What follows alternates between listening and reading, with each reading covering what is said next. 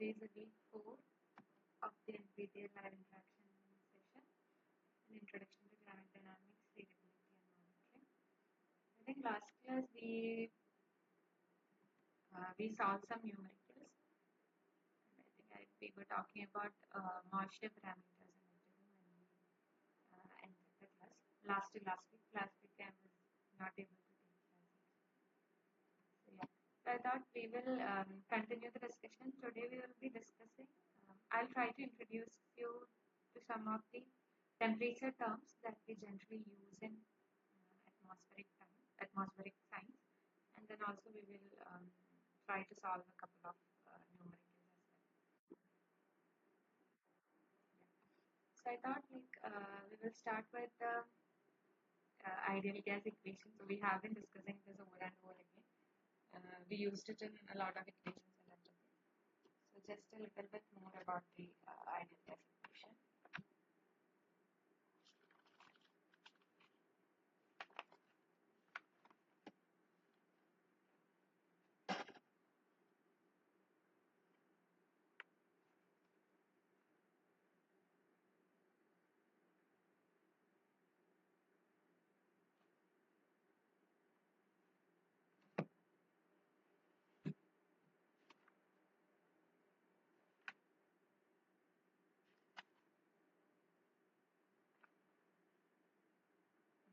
Okay. So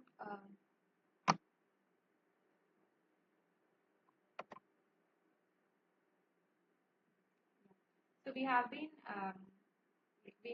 we know that P is equal to rho RT as the form of ideal gas equation that we have been using. In this case, we are considering the value of R as 287 joule Kelvin inverse kilogram inverse, and we are considering 1 kilogram of dry atmospheric air, and the universal gas constant value is 8.314 joule Kelvin inverse mole inverse. So this is in case of 1 mole of any ideal gas that we are considering, whereas the first value, that is 287 joule Kelvin inverse kilogram inverse, is when we are considering 1 kilogram of dry atmospheric air. So this equation, which is P is equal to rho RT, can be written in another form, where rho is given as 1 by alpha, where alpha is a specific volume. So we know that density is mass by volume.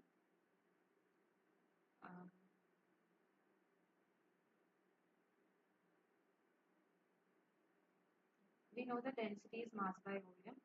So if m is equal to 1, then rho can be written as 1 by v.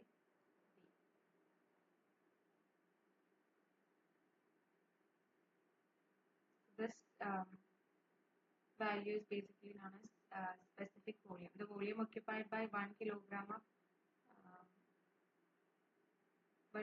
of dry air is basically given as alpha. So P is equal to rho RT can be written in the form P alpha is equal to RD into T, where alpha is equal to 1 by V, volume occupied by 1 kilogram of gas. So PD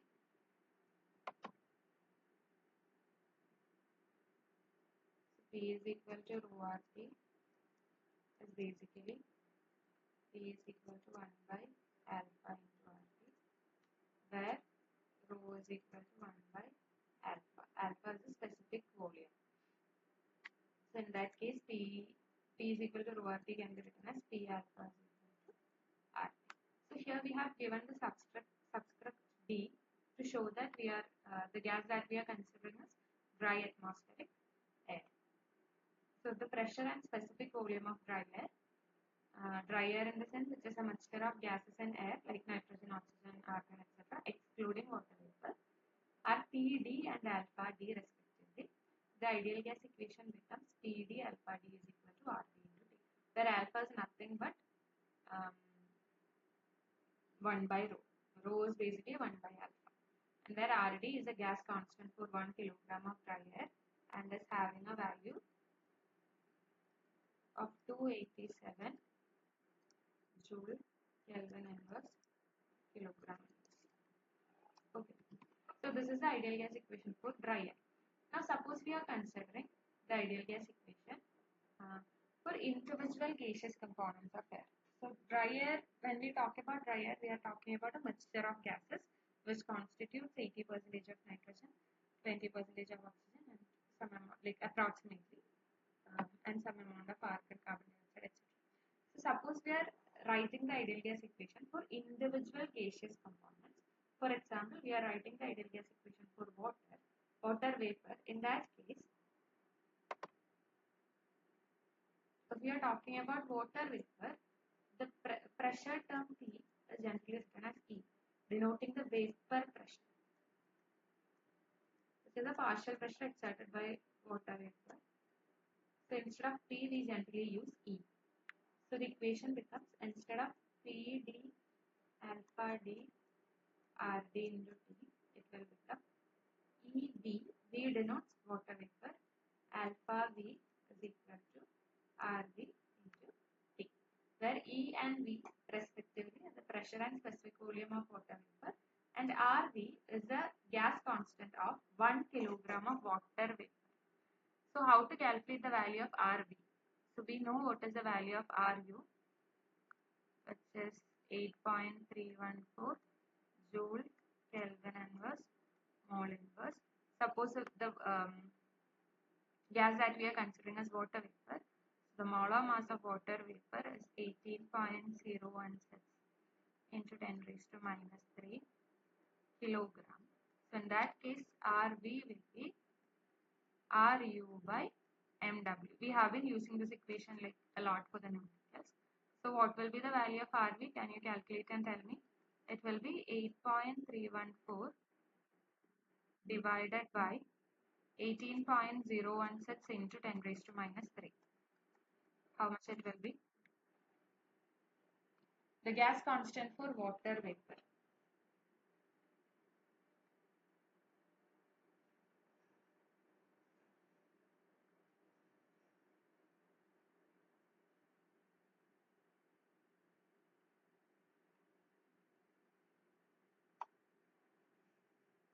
I have already written it.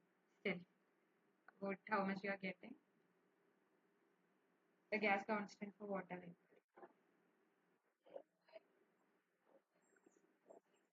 So when you are using 18.016, the value is in gram actually. So before calculating, you need to convert it to kilogram. So there will be a 10 raised to minus 3 in the denominator. So what will be the value?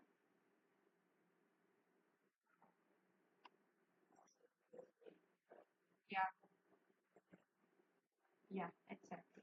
So in case of water vapor, the value of the ideal gas constant, which is RV, will become 461 joule Kelvin inverse kilogram inverse. And in case of dry atmospheric air, the value was 287 joule Kelvin inverse kilogram inverse. So this value of RD is when we are considering dry atmospheric air, which is a mixture of gases excluding water vapor, and RV is the value that we got when we are considering water vapor, just a single individual constituent, which is water vapor. Now, when we talk about atmospheric air, it is generally moisture, which means it contains some quantity of dry air plus some amount of water vapor. It is so when we in the atmosphere, it is either dry air, which is without water vapor,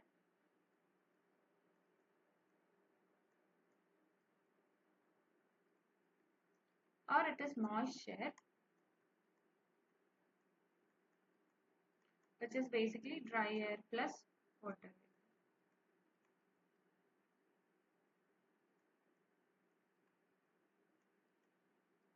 So if we want to calculate the ideal gas equation, or if we want to formulate the ideal gas equation for moisture, then we have a mixture of dry air plus water vapor. So it is important to know how much of the total mass of the moisture is occupied by water vapor. So we know like how to define that. Like we learned a lot of parameters like mixing ratio, specific humidity. I think W is being used in your lecture materials actually for mixing ratios. I use W instead of R.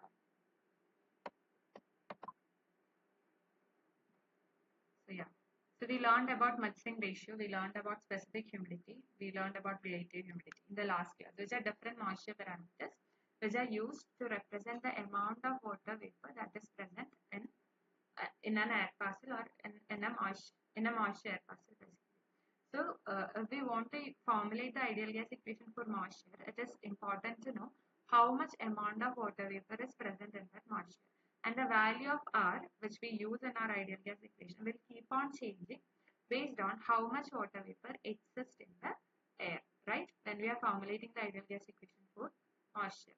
So the value of gas constant for moisture will depend on how much water vapor exists in the air.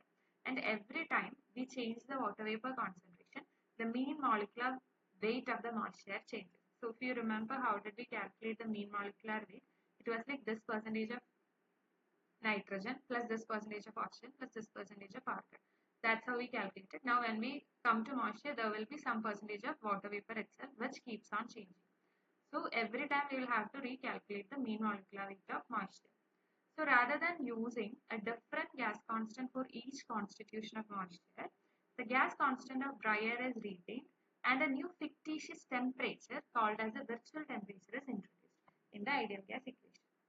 So, so when we are formulating an ideal gas equation for moisture, since we will have to recalculate the value of ideal gas constant in each case as the amount of water vapor in the air is changing.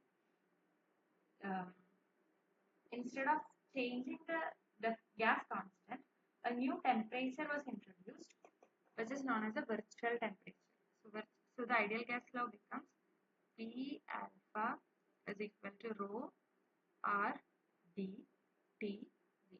So this is the ideal gas equation for moisture, where the actual temperature is replaced with a new fictitious temperature known as a virtual temperature. And we use the ideal gas constant for dry air itself in the equation.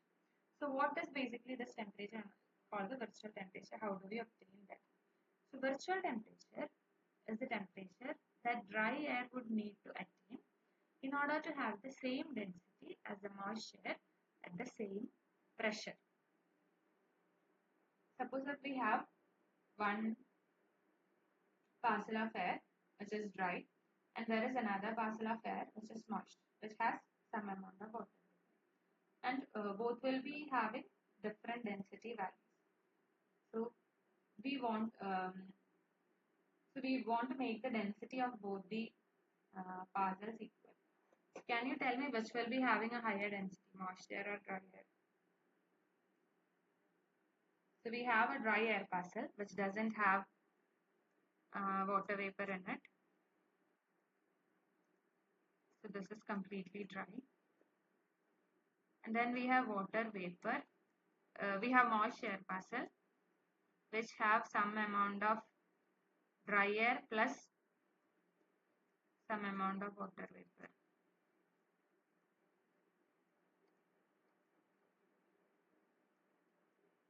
And assume that initially both are at the same temperature.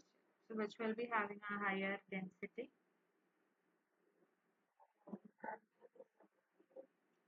Dry air plus water vapor will be having a higher density, which means like your moisture will be having higher density, right?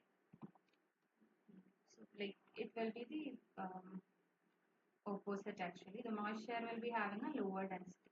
So it's like it's not like we are adding. So basically we assume that we are adding more amount of particles into the parcel, so it will become more denser. That is the basic idea, I think. But what is happening is that, as suppose if you are adding two amount of water vapor molecules to the air parcel, two amount of dry air molecules will be replaced in place of that. So it's like replacing. It's not something we are additionally adding to the parcel, but it's kind of replacing only. If we are adding two amount of water vapor molecule, two amount of dry air molecules will be removed from it. And if we check the mass of the dry air that is being replaced with water vapor, which is having a higher mass. Dry air is having a higher mass, right? If you remember, the value was around 28 point something that we calculated. 28 point something was there. So we are basically replacing two amount of 28 grams of molecules with two molecules of 18 grams actually. So it is lesser mass that we are adding. We are replacing a higher mass with lesser mass actually. So basically moisture will be having lower density compared to that of dry air. Because the idea is replacing, not additionally adding. Yeah. So what happens is that when we consider a dry air parcel and a moist air parcel, the moist air parcel will be having a lower density compared to that of the dry air parcel. So now what we need to do is that we have to make the dry air same density as that of the moisture, which means we have to decrease the density of dry air. So in order to decrease the density, what we can do, like in terms of temperature, if we want to decrease the density of an air parcel, will we increase the temperature or decrease the temperature?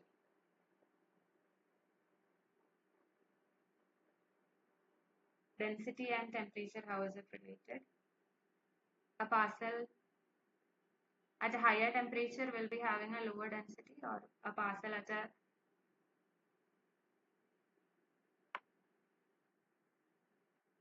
warm air parcel will be lower density. Yeah.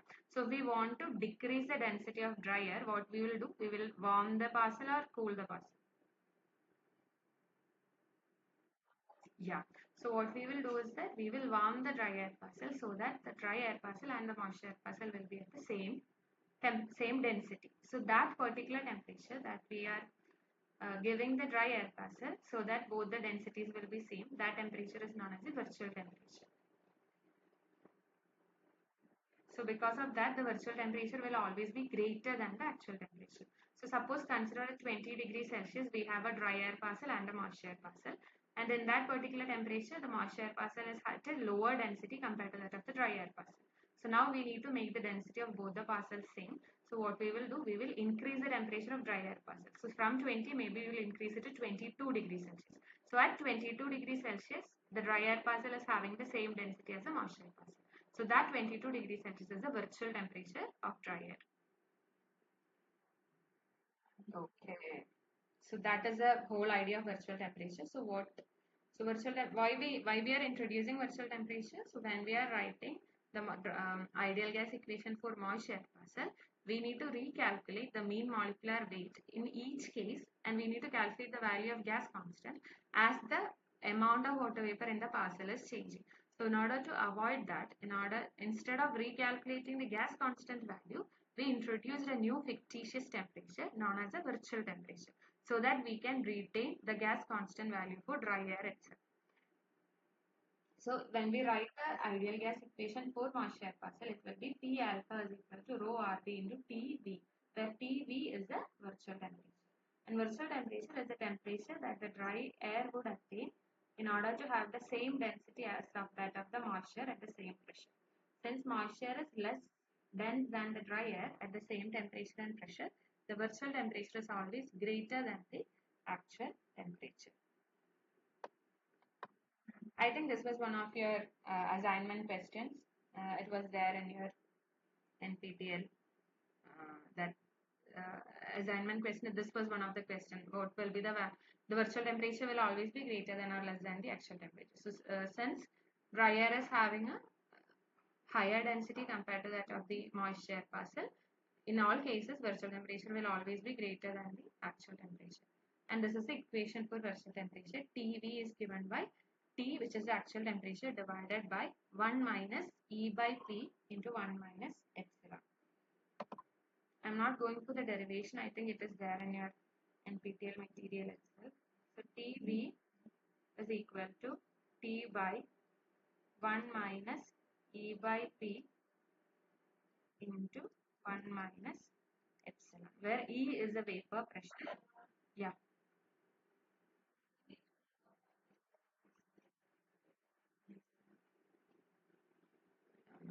It's better to learn actually. I haven't seen your question paper, so I'm not sure if it will come or not. But if it's there in the material, it's better to learn. I think it's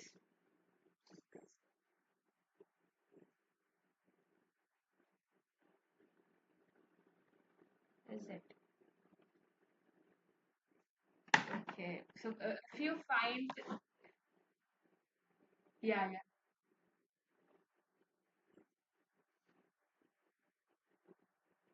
Mm-hmm.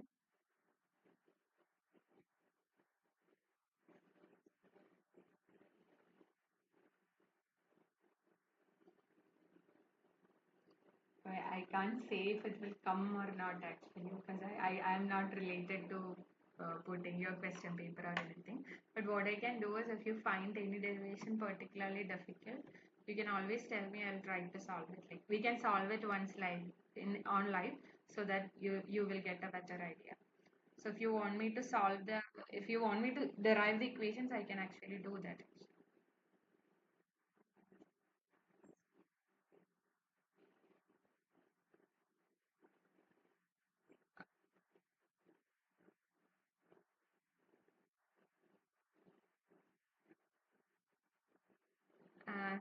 Uh, yeah, so we don't have a direct contact with them. So what you can do is like there is some discussion forum in your site, I guess. So you can always ask there if it's yeah. So and anyway, what I can do is like if you have any doubt at any particular point, you can always contact me. I'll try to solve it. Okay. Yeah, sure. This was a question that was there in your assignment question. The virtual temperature of moisture is lower than the actual temperature. True or false? Yeah. So virtual temperature will always be greater than the actual temperature. Yeah. Now, yeah. So how does atmospheric pressure generally vary with altitude z, assuming a constant scale height x0? So can you tell me? We derived this. Yeah. Yeah. Exponentially is the correct answer. And the equation that we learned was Pz is equal to P0 exponential of minus z by h, where h is the scale height of the atmosphere.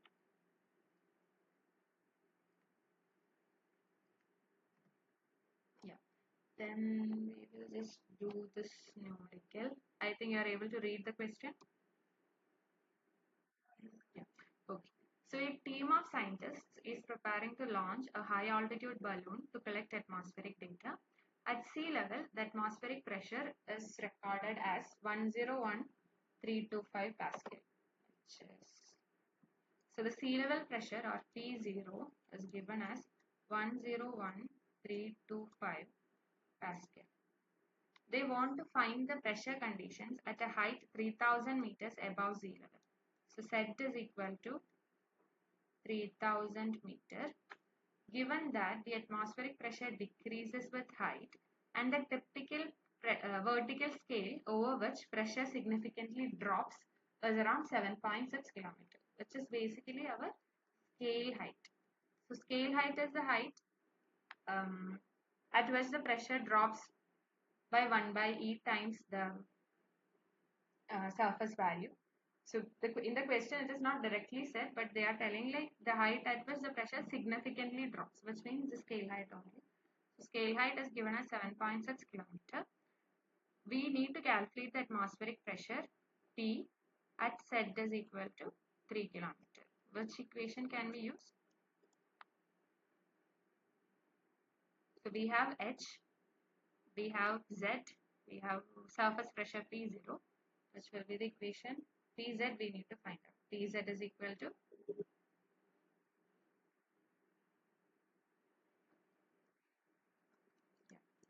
it is like that vertical variation of pressure. This equation only we will use. Pz is equal to P0 exponential of minus Z by H, where P0 is given as 101325 Pascal into exponential of Z is 3 kilometer, 3 into 10 raised to 3 meter divided by scale height is given as 7.6 kilometers. 7.6 into 10 raised to 3.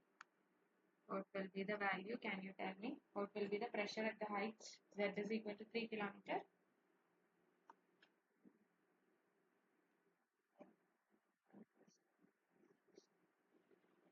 How much?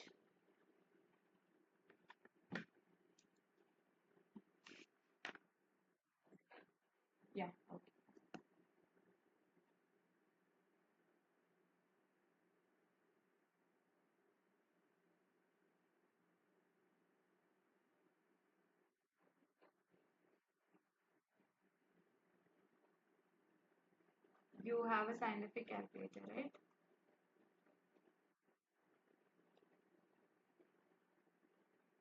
So will be that button, E button is not there. E1 button will be there actually. Near the log button you are able to see. Next to log button.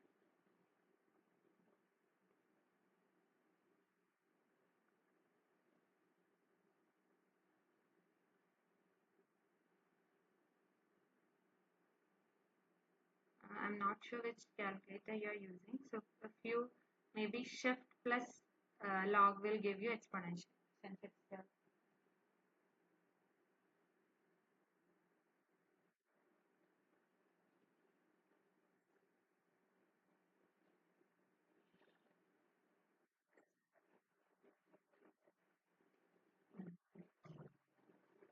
Let me see.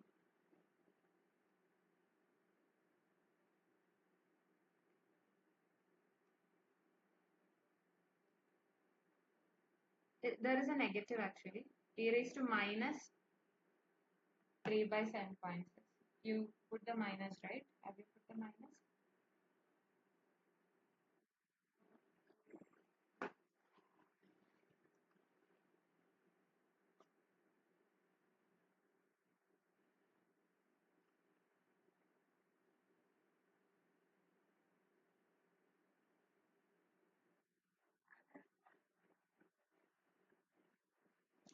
No.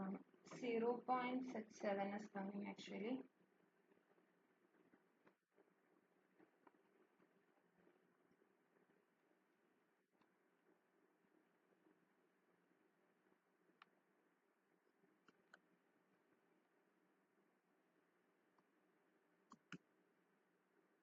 You are able to find the exponential button.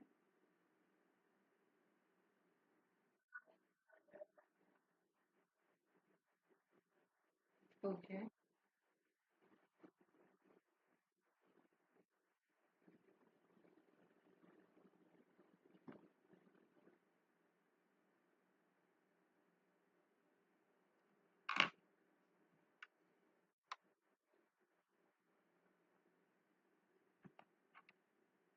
The value is coming around 682 hectopascal.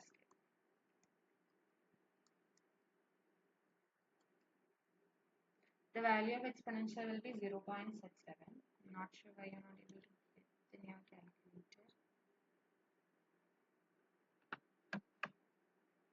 Anyway, 682 hectopascal will be the value. Yeah.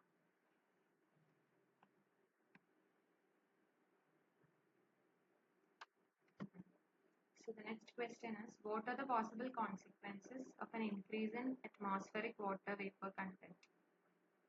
So if you remember, like last class we were talking about water vapor acting as a greenhouse gas. So I think we talked about a positive feedback loop when water vapor comes into the atmosphere and all. So these are the different. So water vapor acts as a heat trapping greenhouse gas similar to carbon dioxide. Increased water vapor enhances cloud formation, which can influence Earth's radiation balance. It leads to a negative feedback that cools the Earth's surface. Water vapor participates in a positive feedback loop that amplifies global warming. Which of these will be correct? Can you tell me? Yeah, this and this is correct and this is wrong. It doesn't lead to a negative feedback that cools the Earth's surface. Yeah. So then this is another numerical. This will be, you will be able to solve. It doesn't have any exponential or anything. So the earth temperature at the surface near the equator, surface temperature is given as 30 degrees Celsius, and the temperature at the equatorial tropopause, that would be T set. You remember what is tropopause? What is tropopause?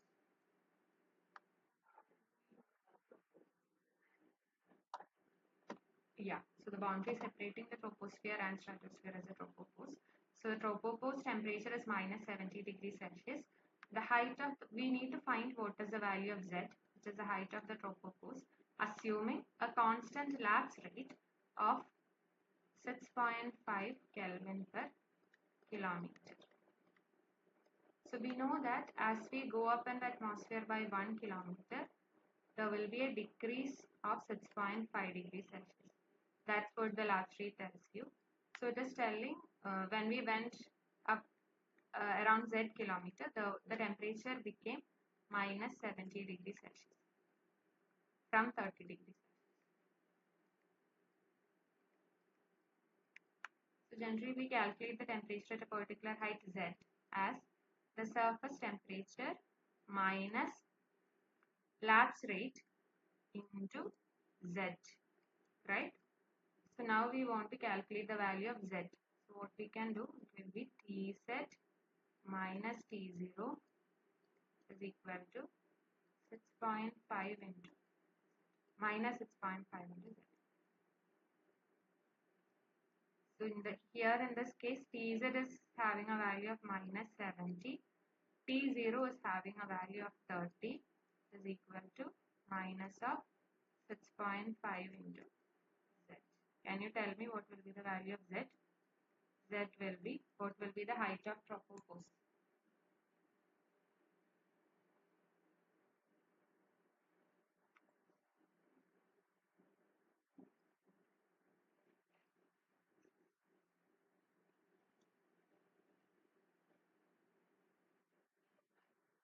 Yeah. What will be the unit?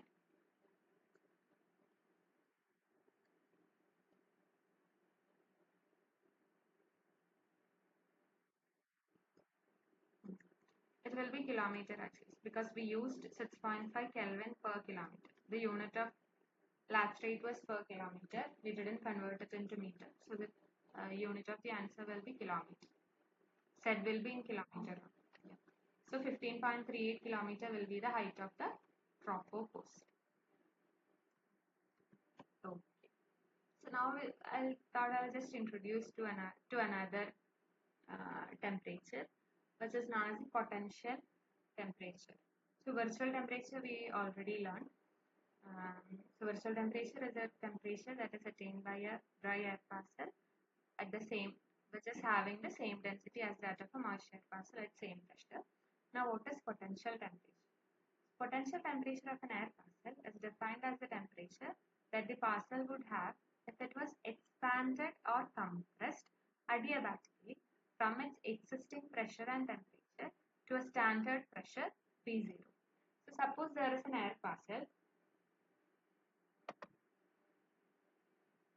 which is having a temperature T and pressure P. Now we want to bring down this air parcel to a standard atmospheric pressure which is P0. So if P0 is greater than the current pressure, then we will have to compress because we have to like bring the parcel down to a lower to a higher pressure, which means we will have to compress the air parcel. And suppose the standard pressure P0 is less than the pressure of the parcel, then we can expand the parcel and then bring it to a higher pressure. So and then once it reaches P0, the temperature that it attains is known as the potential temperature.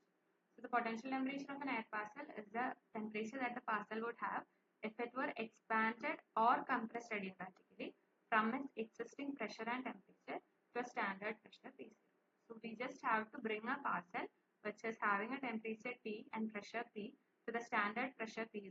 So we have to either adiabatically compress it or adiabatically expand it based on its existing pressure. So that particular temperature that it will attain once it is brought down to the standard pressure P0 is known as the potential temperature. And the equation is given as theta is equal to T into P0 by P the whole raised to R by Cp. Okay, where T is the temperature of the parcel, P0 is the standard pressure which is 1000, which is generally taken as 1000 hectopascal, and theta is the temperature the parcel attained at this pressure P0, and pressure was its initial pressure. P was its initial pressure.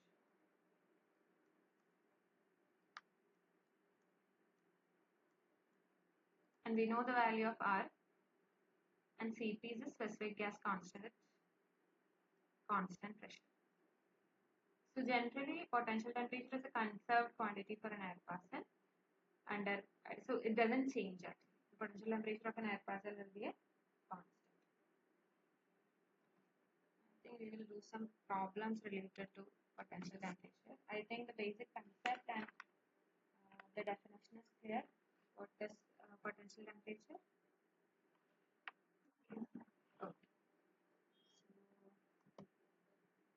let's just solve some problems.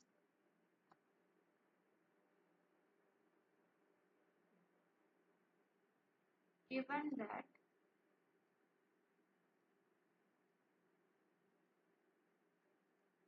the potential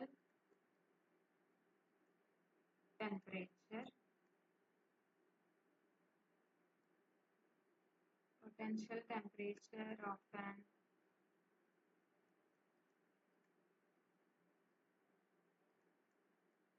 air parcel is 300 Kelvin. What will be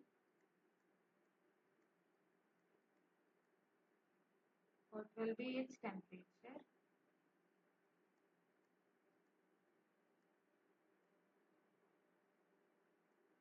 at 300 hectopascal? So given that the potential temperature of an air parcel is 300 Kelvin, which means theta is given as 300 Kelvin, and we know what is the potential temperature is basically the temperature at the standard pressure level, 1000 hectopascal. So P0 is 1000 hectopascal. Now we need to find the temperature of the parcel at the pressure level 300 hectopascal. So we know the equation, theta is equal to T into P0 by P, the whole raised to R by Cp. Here we know the value of theta, which is 300, is equal to P into P0 is 1000 divided by P is 300.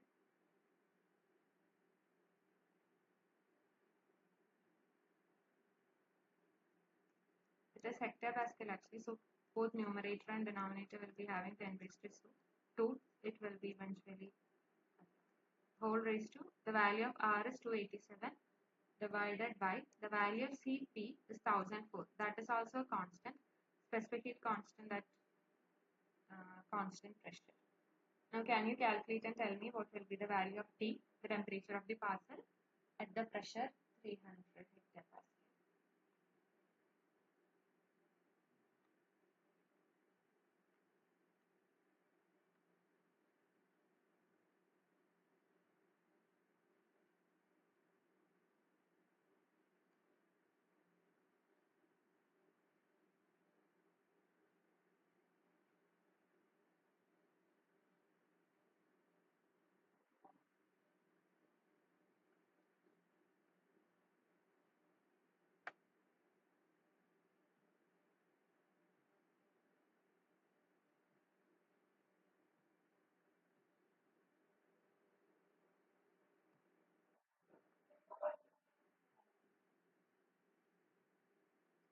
202.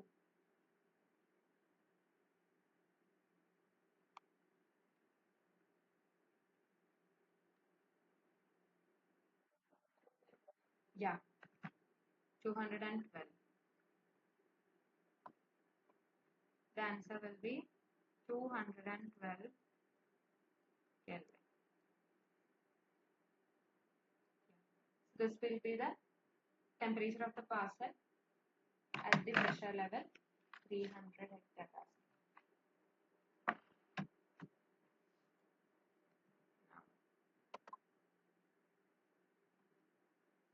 We'll solve one more problem.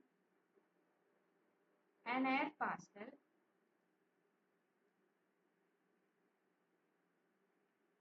from the surface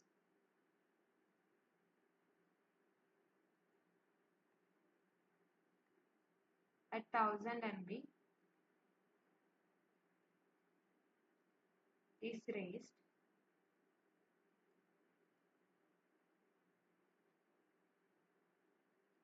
to 700 MB.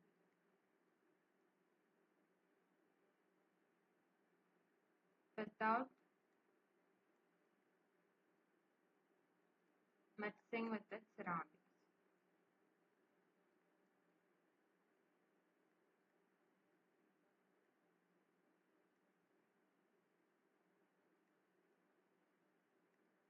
If its surface temperature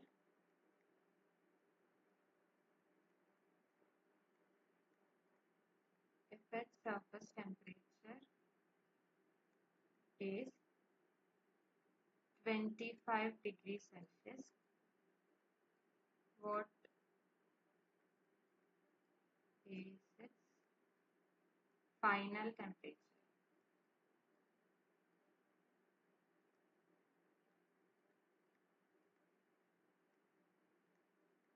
An air parcel from the surface at 1000 MB, it is raised to 700 MB without mixing with its surroundings.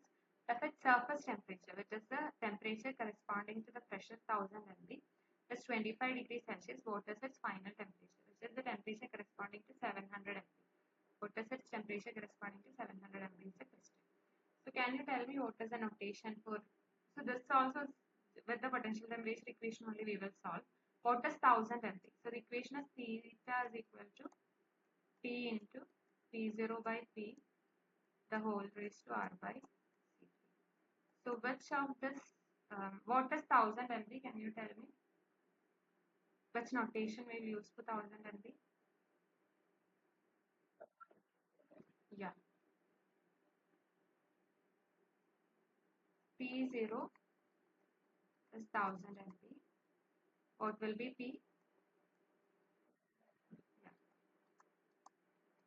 And what will be, which is given, theta or T? Yeah, what is the notation? It is T or theta. Potential temperature is the temperature corresponding to the standard pressure P0, which is 1000 MB. So what is the surface pressure is 1000 MB actually. So the temperature corresponding to the surface 1000 MB is 25 degrees Celsius. So what will be the notation?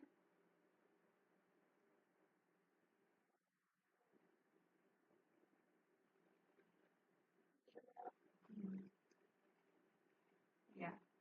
Did you get it actually? So theta is surface temperature, which is corresponding to the pressure level 1000 MB. So that temperature is potential temperature.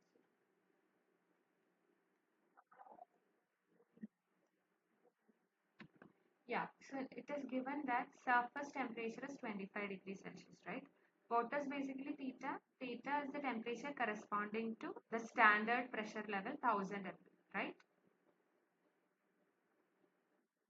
So in this case, 25 degrees Celsius is the temperature corresponding to 1000 MB. So that is basically potential temperature only. So just keep in mind that potential temperature is the temperature corresponding to the standard pressure level, which is 1000 MB. Here it is given the surface temperature is 25 and the surface pressure is given as 1000 MB. So basically 25 degrees Celsius is the temperature corresponding to the pressure 1000 MB, which is the standard pressure level. That's why it is potential temperature.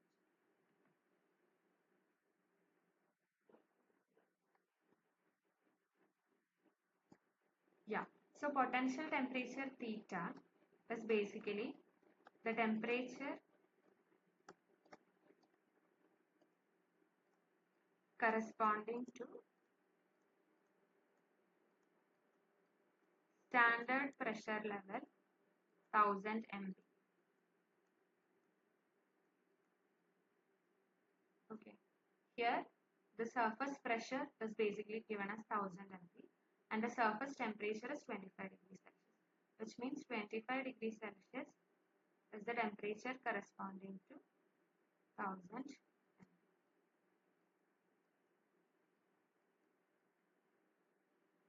That's why it is potential temperature. Got it.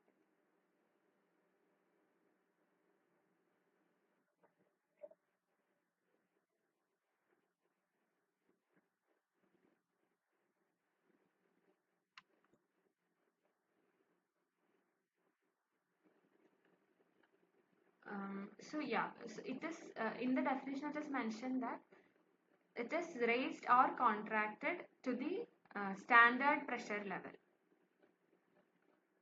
So even though in the question it is written that it is raised, we can consider that from 700 it has been compressed to 1000 hectopascal and then it attained the temperature 25 degrees Celsius. So whatever be the process, it's basically just means that the temperature that is corresponding to the standard pressure level is potential temperature.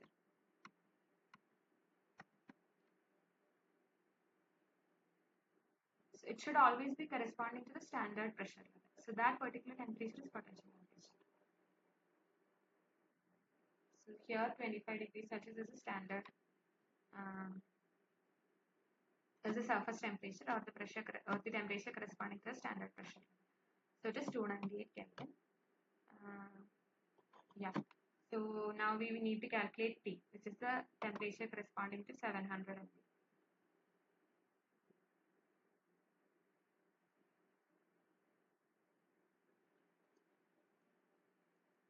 298 is equal to T into 1000 divided by 700, the whole raised to R by C, which is 287 by 1004. How much it will be? What will be the value of T?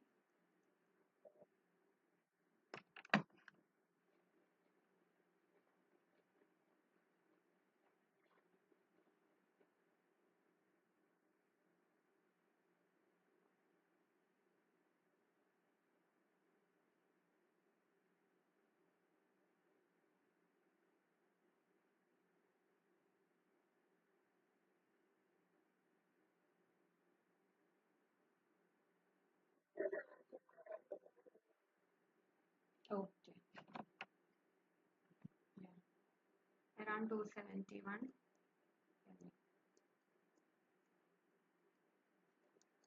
This will be the answer. So I hope it is clear. We learned two different types of temperature. One is virtual temperature and one is potential temperature. So in case of potential temperature, just keep in mind that it is a temperature corresponding to the standard pressure level 1000 MV.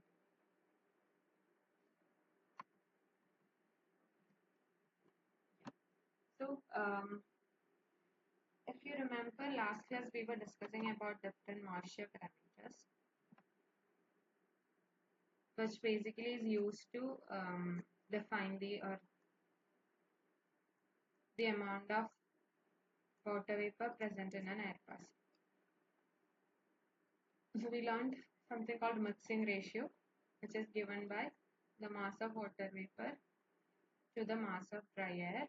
It is generally expressed in gram per gram or kilogram per kilogram. Gram per kilogram. This much gram of water vapor and this much kilogram of dry air. So this is mixing ratio, which is W is used as a notation for mixing ratio. And then we learned about specific humidity, which is basically the mass of water vapor by the total mass of moisture, which is mass of water vapor plus dry air, the total mass of air pass. So that is specific humidity.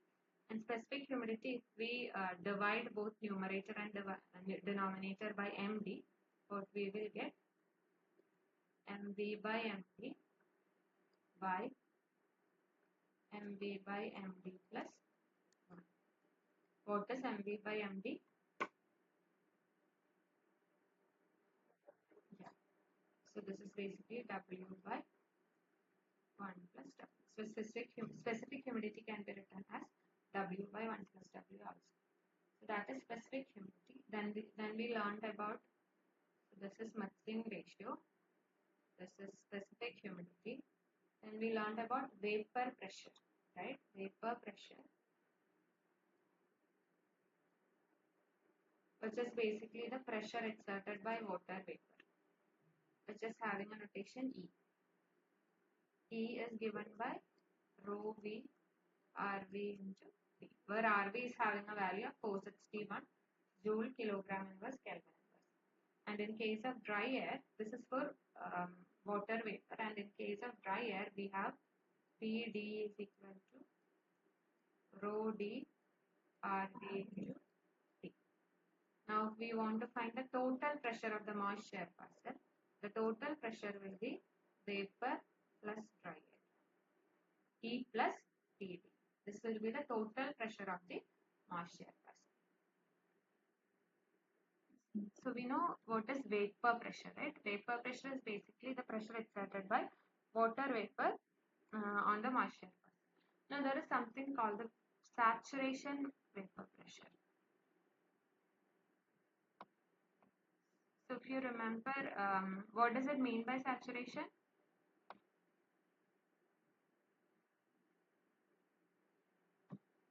So if an air parcel is holding the maximum amount of water vapor that it can hold, then that parcel is said to be saturated. Which means now it is holding the maximum amount of water vapor that it can hold. If it exceeds that particular level, then condensation, it is supersaturated and condensation will begin. So the vapor pressure, when the parcel is saturated, the pressure exerted by the vapor is known as the saturation vapor pressure. At every temperature, there is a maximum vapor pressure called the saturation vapor pressure, ES. So saturation vapor pressure is the function of temperature. At every temperature,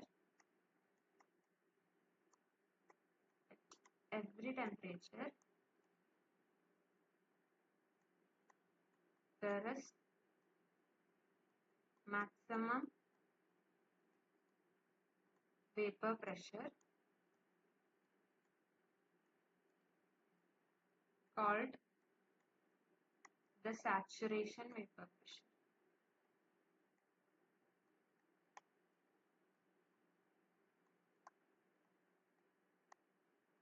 It is denoted by ES. The subscript S is used to show that the parcel is the vapor is saturated or the parcel is saturated. So water begins to condense out of air and become liquid once the vapor pressure exceeds the saturation vapor pressure. When E is greater than ES, the vapor pressure exceeds the saturation vapor pressure. It means that water vapor will begin to condense. Now the supersaturation.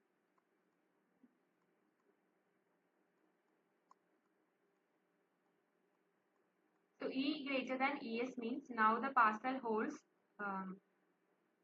more than its capacity. It holds more water vapor than its capacity, than its maximum capacity. So what will happen? The water will begin to condense. So air is said to be saturated when the vapor pressure becomes equal to the saturation vapor pressure. When the vapor pressure of the parcel becomes equal to the saturation vapor pressure, then we will say the parcel is saturated. And when the vapor pressure of the parcel is less than the saturation vapor pressure, then we will say the parcel is unsaturated. And relative humidity is basically given as the ratio of actual vapor pressure of air to the saturation vapor pressure of the air at a given air temperature. So relative humidity is basically given as actual vapor pressure to the saturation vapor pressure. So when relative humidity is equal to 1 or 100%, it means the parcel is saturated. E by ES. E equal to ES, then relative humidity is equal to 1. The value of relative humidity will always be between 0 and 1. Now the saturation vapor pressure is basically a function of temperature. At each temperature, there will be a particular saturation value, which is that much water vapor the parcel can hold. and the saturation vapor pressure is given by the equation ES is equal to 611 exponential LV MW by RU into 1 by 273 minus 1 by T, where LV is the latent heat of vaporization, which is 2.5 into 10 raised to 6 joule per kilogram. MV is a molar mass of water, which is 18.015 gram or 0.018 kilogram per mole, and Ru is a universal gas constant, which is having a value 8.314 joule Kelvin inverse mole. So this is uh, the value or the equation for ES, or the saturation vapor pressure at a temperature T, at a particular temperature T. There is a more simplified form of this once we substitute all these um, constants like LV, MV and RU, which is basically ES, which is a function of temperature, is given by A e raised to minus B by T. I'll write it here. ES of T is equal to A e raised to minus B by T, where A is having a value of 2.53 into 10 raised to 11 Pascal, and B is having a value of 5430 Kelvin. I think this is more easy to remember rather than this complicated equation. So once we substitute the value of LV, MW and RU, you will get a simplified equation which is ES is equal to A e raised to minus B by T. If you know the temperature, the current temperature, we can calculate the saturation vapor pressure, where A is given as 2.53 into 10 raised to 11 Pascal and B is given as 5420 Kelvin. So this is saturation vapor pressure. Now when we look at how the saturation vapor pressure is changing with respect to temperature, as we were discussing, saturation vapor pressure is basically a function of temperature only. So if you look at, yeah,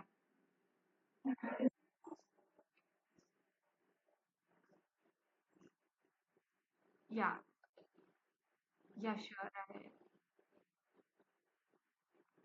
I will try to consolidate all the equations, and then like we will have a like I think last class will be kind of a revision class. Then I will try to give you all the equations, like what all the based on the assignment questions we will do like a revision kind of thing. Then I'll try to write down all the important equations. Yeah.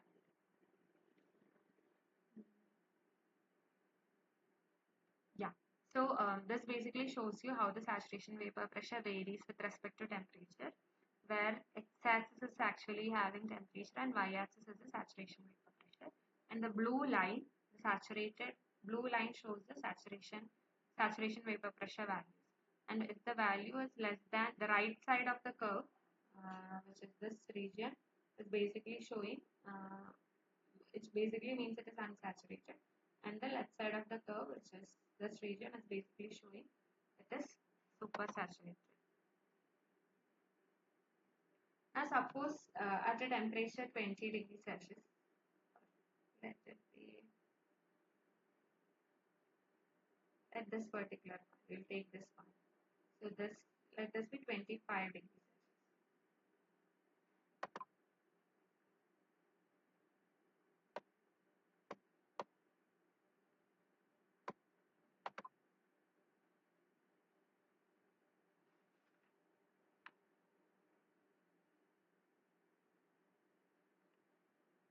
Yeah. So this particular, yeah. So this is 25 degrees Celsius. So at 25 degrees Celsius, this is where the parcel is, which means the vapor pressure of the parcel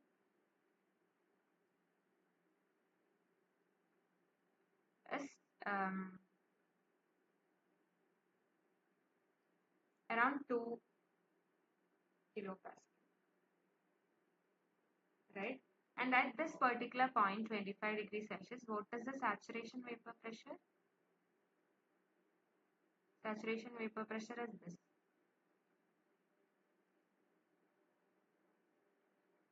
Which is having a value of 3 kilopascal, right? So this value E, so this is E, and this is ES. Suppose we have a parcel at a temperature of 25 degrees Celsius. So this is the location of the parcel and the curve. So which means at T is equal to 25 degrees Celsius, the vapor pressure of the parcel is 2 kilopascal, whereas the saturation vapor pressure at the same temperature is 3 kilopascal. So what is the parcel saturated, unsaturated or supersaturated? Can you tell me from these values? Is it saturated?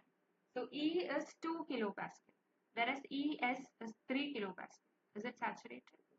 The value of E, so this is the vapor pressure of the parcel that we are considering. And this is the saturation vapor. Yeah.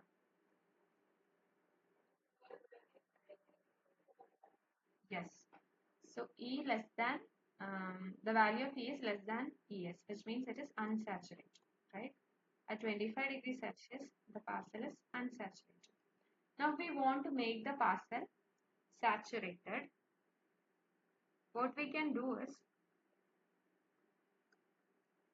either we have to add more water vapor into the parcel so that the parcel will become saturated. The vapor pressure of the parcel will increase and it will become 3 kilopascal. That is one method to add more water vapor into the parcel.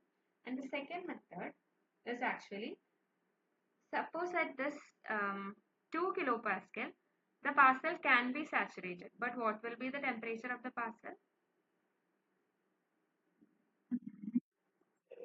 Yeah, so it is around 15 degrees Celsius.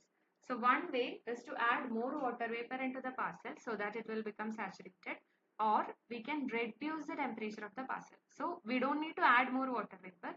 This 2 kilopascal will be the saturation vapor pressure if we reduce the temperature of the parcel. Is that clear? So if we cool the parcel, then the parcel will become saturated. And another idea is to add more water vapor into the parcel, then also the parcel will become saturated. Two different ways to make the parcel saturated. Is that clear? Yes. Okay. So with being said this, so we will just discuss three more different temperatures. So the first one is dew point temperature. So the dew point temperature is the temperature to which the parcel need to be cooled so that it will become saturated. So in this case, at 25 degrees Celsius, the parcel was having a vapor pressure of 2 kilopascal, but the parcel was unsaturated. But now, when we cool the parcel to a temperature of 15 degrees Celsius, we are not adding or removing the any water vapor from the parcel, but we are just simply cooling the parcel. So now, from 25 degrees Celsius, the parcel is at a temperature of 15 degrees Celsius. Now, is it saturated or unsaturated?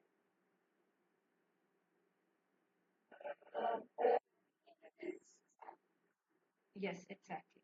So that temperature up to which the parcel need to be cooled without adding any water vapor or removing any water vapor from the parcel, that particular temperature is known as the dew point temperature. So it is assumed that no water vapor is allowed to enter or leave the sample of air so that its mixing ratio remains constant, which means the mass of water vapor in the parcel is constant. MV is constant, and if the we are just cooling the moist air parcel isobarically so that the temperature is eventually reached at which it becomes saturated. So this particular temperature is known as dew point temperature or simply the dew point. So condensation occurs if the temperature of the sample of air falls below the dew point. So what happens? So now from 25 degrees Celsius, we cooled the parcel to a temperature of 15 degrees Celsius, right?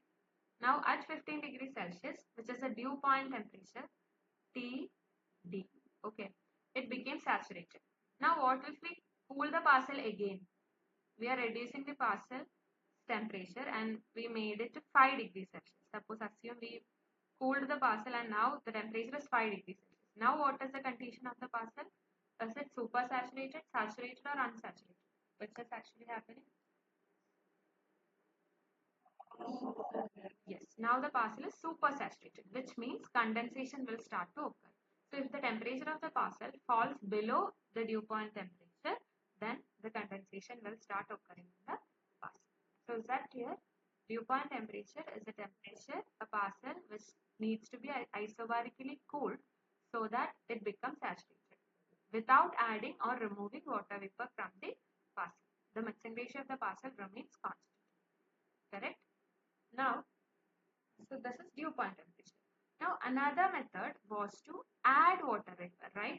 Now at 20, so now if we are not changing the temperature, another way to make the parcel saturated was to add more water vapor so that the vapor pressure will become equal to 3 kilopascal.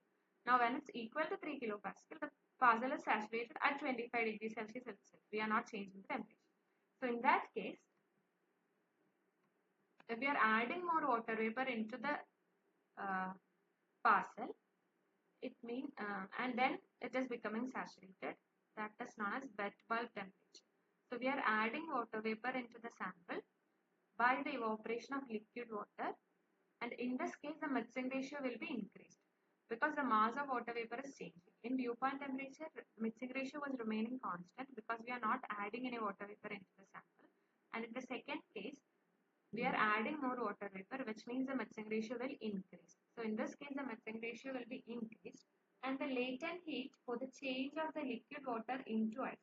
So how we are adding water vapor into the parcel? We are actually, I'll show you this actually. So there is a thermometer known as wet bulb thermometer. So this is the dry bulb thermometer that we actually use, which gives you the actual temperature. So how does the thermometer look? We have a mercury globe. And now when this comes into contact with warmer surfaces, the mercury in the globe expands and the level at which it reaches is the temperature of that particular body. So this is how we measure the actual temperature. So when it is kept in air, it will measure the air temperature. Now suppose this mercury globe of the thermometer is covered with a wet cloth. So this is a wet cloth which is covered on the mercury globe. So if we cover the mercury globe with a wet cloth, now what we are doing, from the wet cloth, the liquid water will start vaporizing and it will add to the atmospheric air. So we are adding water vapor into the atmospheric air, and since this conversion from liquid to vapor is happening, it is absorbing some energy. Latent heat of vaporization is being absorbed from the atmospheric air. So there will be a decrease in temperature of the nearby air to this globe. So that particular temperature is known as wet bulb thermometer. So in this case, we are achieving saturation by adding more water vapor into the air parcel. And when this addition of water vapor is happening, some amount of heat is absorbed from the air and is used as latent heat of vaporization. Because of that, the temperature of the air will cool. And then we will get a temperature which is known as wet bulb temperature. So vapor is added to the sample of air by the evaporation of liquid water. So in this case, the mixing ratio will be increased because we are adding water, and the latent heat for the change of liquid water into water vapor from that wet cloth is supplied by the air itself. So as a result, the air sample will be cooled to which it is saturated. So this is known as wet bulb temperature. So till the air is saturated, the vaporization will keep on happening from the wet cloth. So once it is saturated, the temperature that is recorded in the thermometer is known as wet bulb temperature. So when we look at the AWS station observation, so like we have meteorological stations at different locations. The Indian Meteorological Department is actually having different meteorological stations in order to monitor the temperature, rainfall, winds, etc. So when we look at the data that is provided by them, they will have both dry bulb and wet bulb temperature. dry bulb temperature is the actual temperature that we generally talk about. Like if we say that today the temperature is 25 degrees Celsius, we are talking about the dry bulb temperature. But it also provides another temperature known as the wet bulb temperature, which also talks about the saturation level or the moisture content in the atmosphere. Now there is a third type of temperature, which is known as equivalent temperature. So equivalent temperature means suppose there is a moisture parcel and that moisture parcel contains some amount of water. Now suppose that the parcel is saturated. So once it is saturated, what will happen? Condensation will start to occur in the parcel. So assume that all the water vapor in the parcel is condensing and now no more, and it is leaving the parcel as water. So now no more vapor is present within the parcel. So that particular temperature that the parcel will reach once all the water vapor present in the parcel is condensed is known as equivalent temperature. In this case, since the conversion from vapor to water is happening, there will be a release of heat to the parcel, which is, so there will be the temperature will be higher compared to that of the actual temperature. So there will be warming of the parcel. So if the water vapor in the sample condenses at constant pressure, in this case latent heat is released during the condensation of water vapor, which is basically used to warm the sample of air. This particular temperature that the parcel will reach when all the water vapor in the sample has condensed is known as equivalent temperature, which is given by TE. I think it is clear. Three different temperatures: dew point temperature. We are not adding or removing water vapor from the sample. We are just cooling the parcel so that saturation will be reached. That temperature is known as dew point temperature. And in case of wet bulb temperature, we are actually adding water vapor into the sample. How we are adding? We are having a wet cloth which is covered on the mercury globe of the thermometer. Since we are this vaporization is happening from the wet cloth, there will be absorption of heat from the surroundings. As a result, the temperature of the air will cool down, or there will be cooling of the parcel. So because of that, that particular temperature that is reached is known as wet bulb temperature. Now the third one is that suppose the parcel has some amount of water vapor and all the water vapor in the parcel is condensing and forming water or is becoming water. In that case, the temperature attained by the parcel is known as equivalent temperature. So these are three different types of temperature. So we use it for different calculations and for different purposes actually. So always talk about the amount of water vapor present in the atmosphere.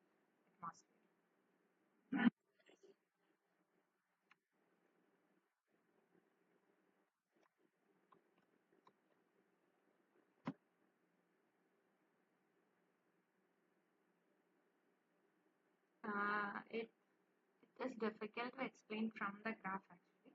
So it will not contain any water vapor. All the water vapor present in the parcel will be condensed, and then like the temperature that it will reach is basically equivalent temperature.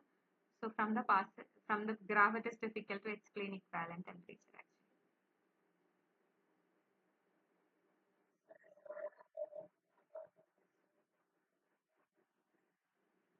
Initially it will be super saturated. Yeah, initially it will be super saturated, and slowly the condensation will start. And once all the like it is kind of an ideal situation, or like, yeah, imaginary situation when all the all the water vapor molecules will be condensed and water will be formed. That temperature is equivalent temperature. So it will come in the supersaturated case, and initially it will be supersaturated, and then it will have zero amount of water vapor in it. The amount of water vapor in the parcel will be zero.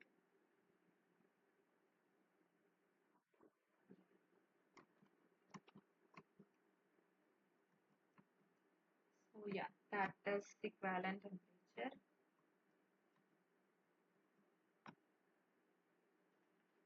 I think we will try to solve one or two questions.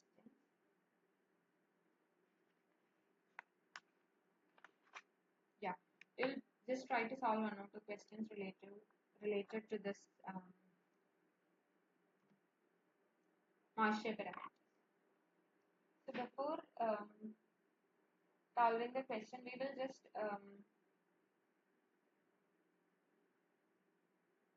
yeah. So the mixing ratio, we'll just derive a different expression for the mixing ratio. So we know mixing ratio is given as mv by mv, right? Mass of vapor by mass of dry air. So mass of, from the ideal gas equation, EV is equal to rho V RV into T. And in case of dry air, it is PD is equal to rho D RD into T.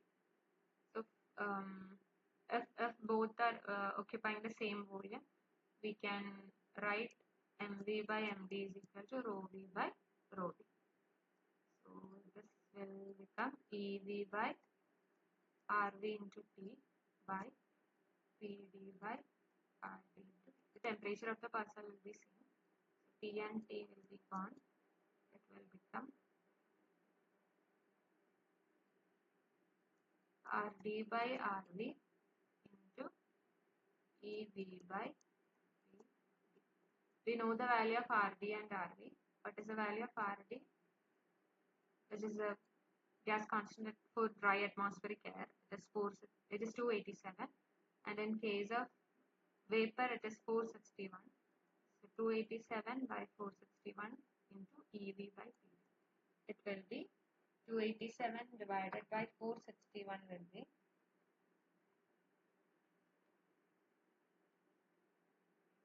0.62 into EV by P. This value 0.622 is generally given a notation of epsilon. So the mixing ratio can also be written as not RW.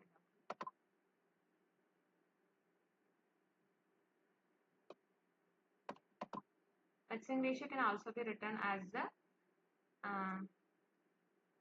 ratio of the pressure, ratio of vapor pressure and the pressure of dry air, epsilon into EV by VD. Now once the parcel is saturated, the mixing ratio will become saturation mixing ratio, and the equation will be ES by PV, where ES is the saturation mixing ratio, and the specific humidity will become saturation specific humidity, WS by 1 plus WS. For practical purposes, we assume QS is approximately equal to WS. So here, since WS is very small, 1 plus WS can be written as 1 itself. So it will be WS only. So QS can be approximately, it is approximately equal to W. Q is approximately equal to W for practical purposes. So in case of saturation vapor pressure, WS will be epsilon ES by.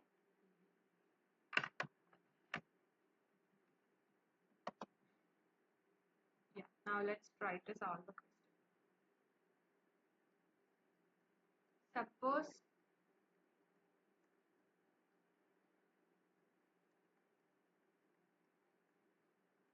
an air parcel has a relative humidity of 70% at pressure level 850 hectopascal. Calculate the amount of water vapor in the parcel. Amount of water vapor.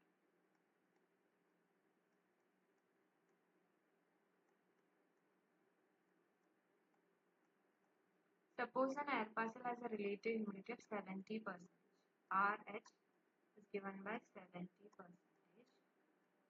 and pressure is given as 850 hectopascal. We need to find the amount of water vapor in the parcel. MV is equal to question.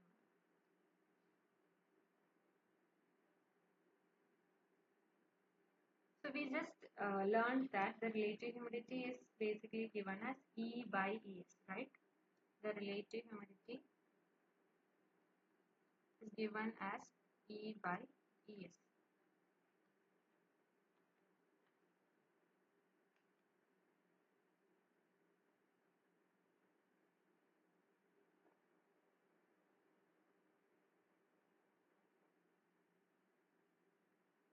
Temperature is also given 283 Kelvin. At a temperature of 283 Kelvin. So we know relative humidity is given by E by ES.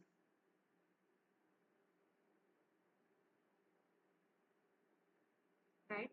And once we know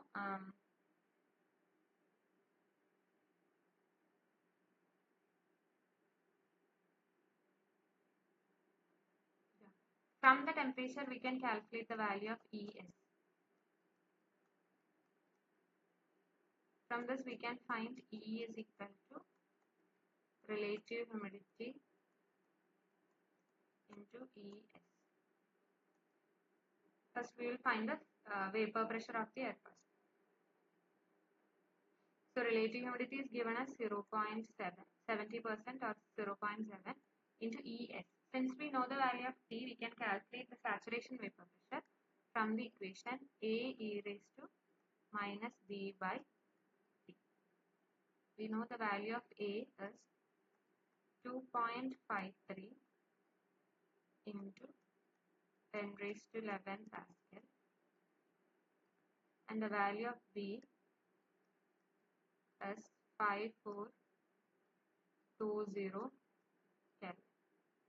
Now from this, can you find the value of ES? ES will be 2.53 into 10 raised to 11 into exponential of minus B, which is 5420, divided by 283 Kelvin, which will be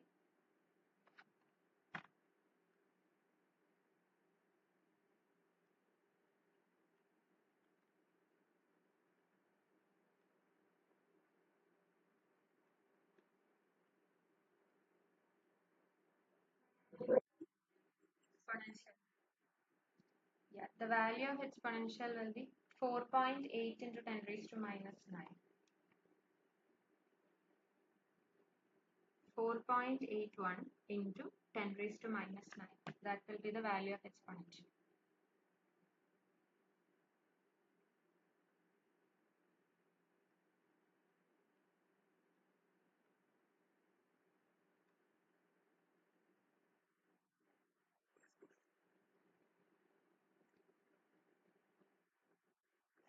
Hmm.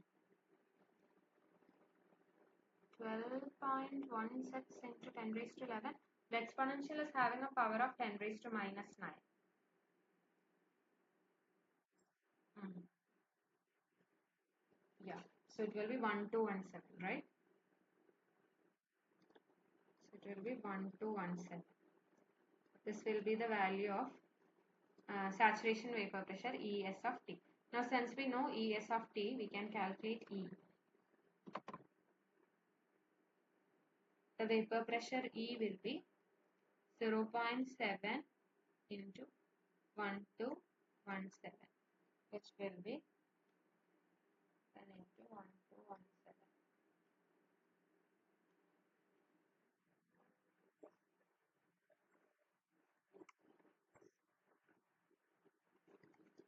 So like the idea is get the concepts clear first, then you will be able to remember the formulas. So once you know, like you're finding this difficult because you are hearing these terms for the first time now.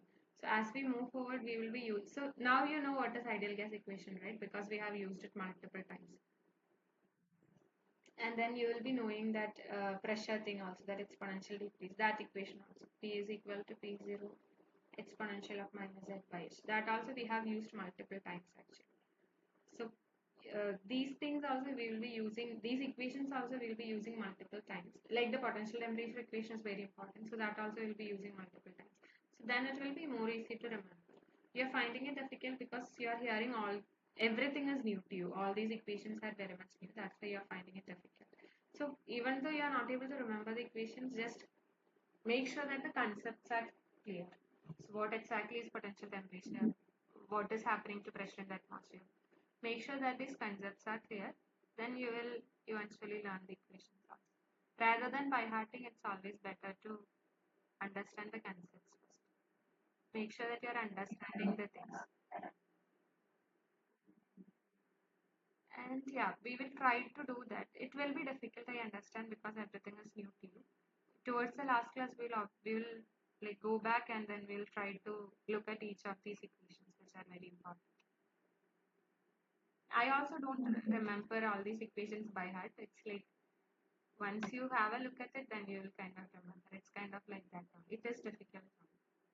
So don't just try to understand the concepts, equations, let it be. Yeah. So this will be the value of vapor pressure, which is 851.9 Pascal. Now, from this we can find the mixing ratio.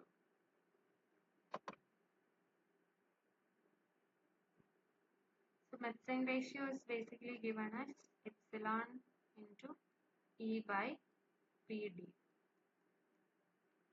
right? So R, we need to calculate R. Epsilon we know is 0.622. E is the vapor pressure that we just got, 851.9. And then we know the value of, it is given that the pressure value is 850 hectopascal. So it will be 851.9 divided by 850 into 10 raised to 2 Pascal. So it will be, what will be the value of mixing ratio? 0.622 into 851.9 divided by 850 into 10 raised to 2.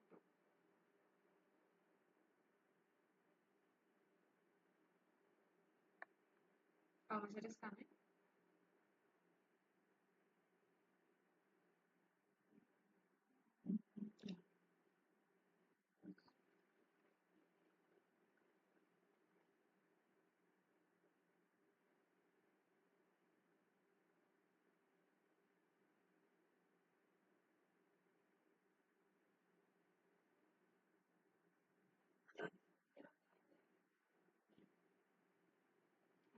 I think some issues there with the power. Check the power once again. It will be 6.23 into 10 raised to minus 3 gram per kilo. Yeah. Yeah. So this will be the value. This is the value of mixing ratio. So this much amount of water vapor will be present in that air parcel, which is such a relative humidity of 70%. Now assume that, so what is, now let's see what is the amount of water vapor.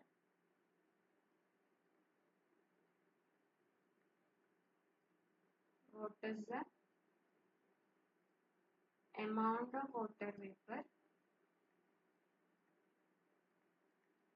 required so that the air parcel becomes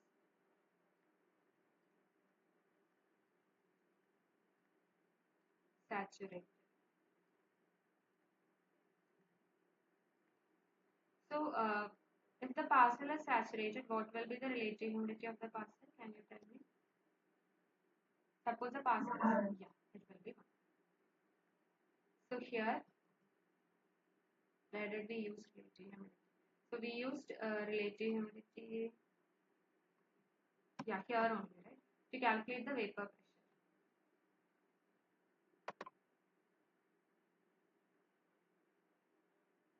So suppose the parcel is saturated, RH will be 1 and E will be ES, which is 1217 Pascal. In that case, what will be the mixing ratio? What will be R? R will be epsilon into ES by PD, right?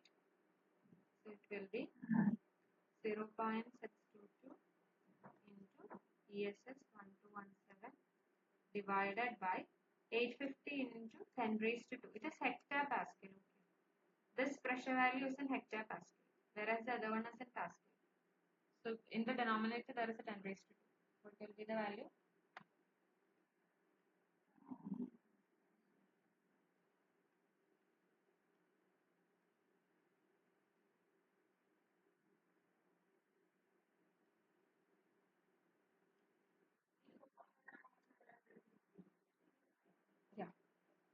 It will be around 8.9 into 10 raised to minus 3. So this much amount of water vapor will be there in the parcel if it is saturated.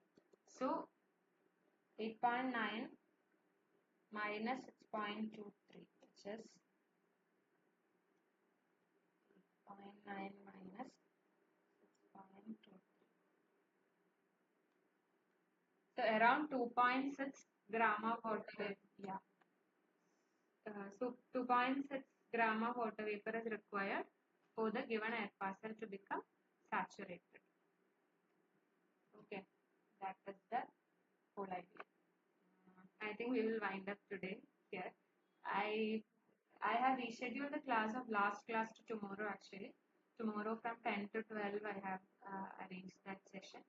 So maybe if you want I can try to derive the equation for virtual temperature and potential temperature once. So maybe if you have any doubt in between you can always ask.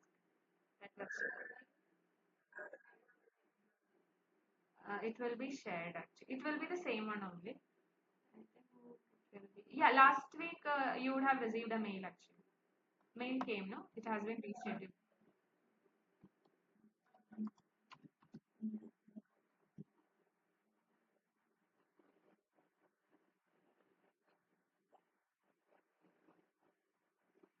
Okay, I think maybe a reminder mail will come, or it's just the mail that came last week. Let's see anyway. Anyway, I'm just telling like tomorrow is the class. If you're free, you can always join. I'll try to solve these things actually, like virtual temperature and potential temperature. If you would like, I can show you the derivations if it makes the things easier. And then I think we'll cover a bit of, yeah.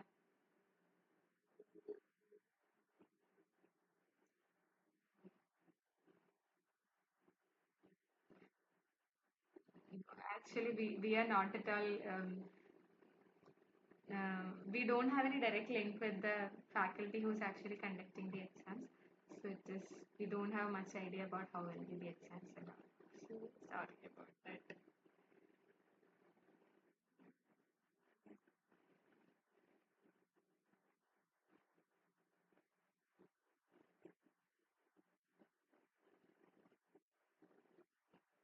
Yeah, so like the point of contact I think you have is that discussion forum in the NPTEL site. So there you can try to ask them like if they can provide a previous question paper or something or a basic structure or something, then I think they'll help.